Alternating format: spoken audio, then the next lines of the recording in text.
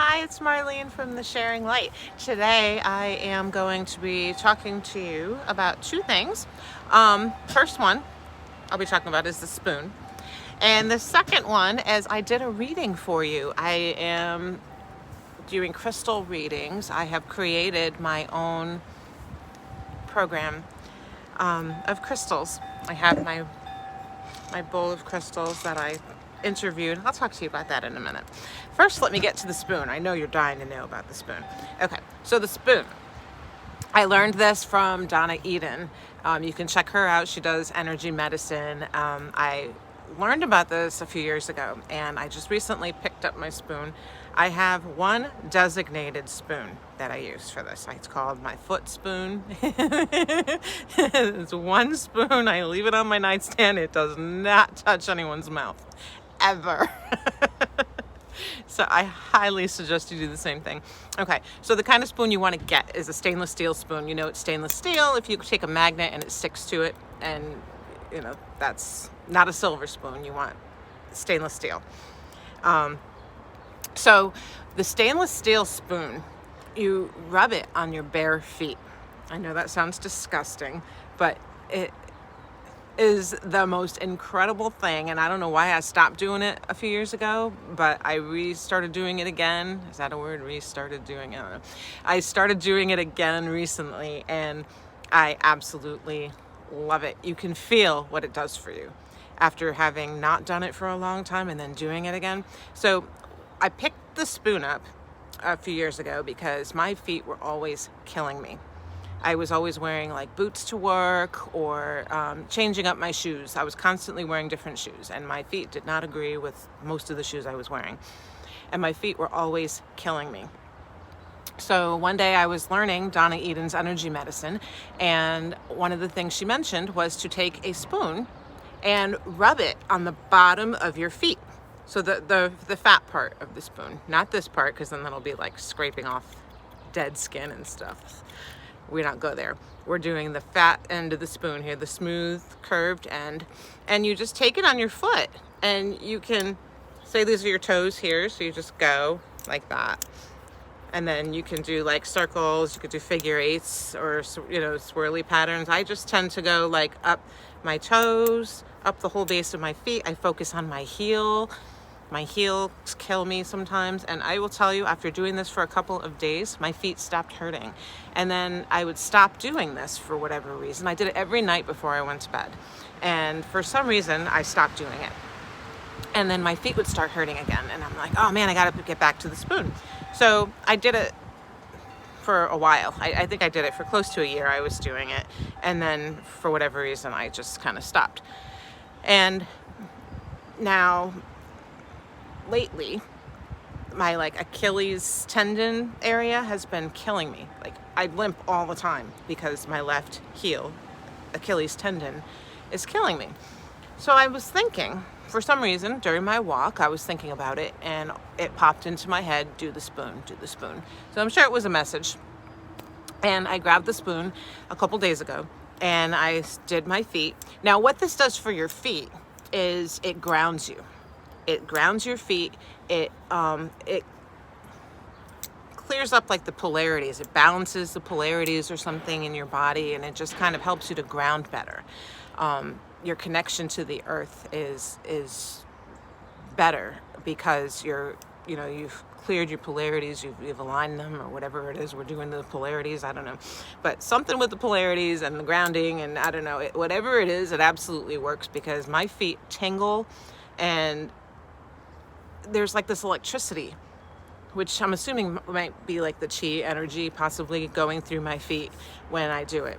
So I decided to do my feet with this, and then afterwards I focused on the Achilles tendon.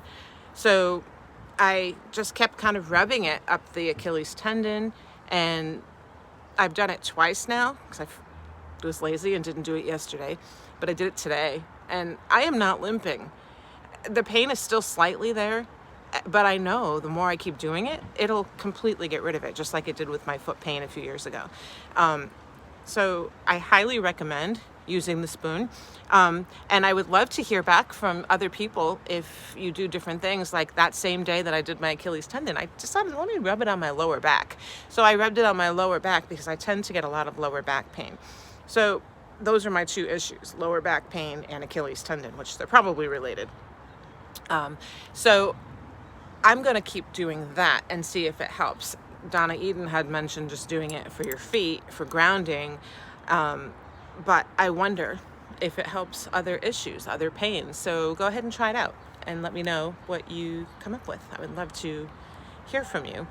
You can go to my website, marlenekristen.com, or you can just email me, marlenekristen@gmail.com, and let me know what you have discovered.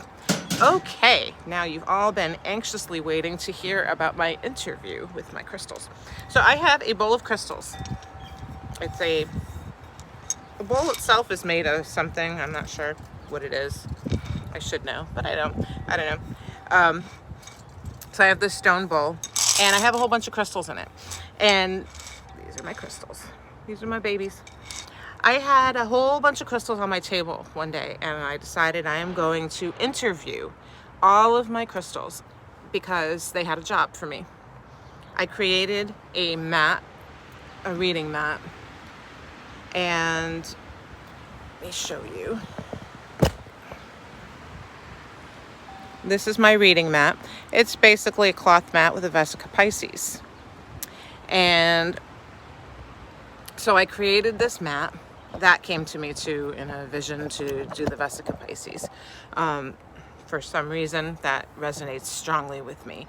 It has ever since I saw it as a kind of like a crop circle in the ground, in the sand in Mount Shasta. It was a very incredible experience. Anyway, so I created this mat, and I created the spaces. All of the spaces on the mat have different meanings, and the crystals we're going to have different meanings. So I sat down with each crystal. I would take one crystal and hold on to it, and I was just asking what each crystal wanted to be heard saying, like what each message was from each crystal. And I wrote them down. So I have an entire notebook page of what all of these crystals had to say to me. Not every single crystal that I had in front of me felt like doing it, so they didn't make the cut. But the ones that are in this bowl and on the table, they did. And I have become really, really connected with them. I created this about 2 weeks ago, and then I put it aside, and then the other night I just had crystal dreams, which is unusual for me. All night long I had this intense crystal energy just going through me, flowing through me. It was really, really intense. It was like, work with your crystals today. We need to work with you. You guys need this. Like the collective needs to hear what we have to say. So I put it all together, and yesterday I practiced, and I just kept doing it and doing it. I think I sent out about 10 or 15 readings to different people that I knew yesterday. And today I'm being called to do a collective reading, a reading for the collective. So this goes for all of us. It's a general message. It's more what your soul wants you to know. So basically what our collective souls want us to know in this moment. So here we go. I am going to point the crystal to the phone to the mat so you can see it as I'm reading it. All right, so we're going to start with this crystal right here. This crystal, in the location that it is, it's talking to us as a collective that our goal is sovereignty, to be free of illusion. In order to find our spiritual well-being, we have to have a creative flow. So creatively allow things to flow through your spiritual mind, your spiritual body, through your heart.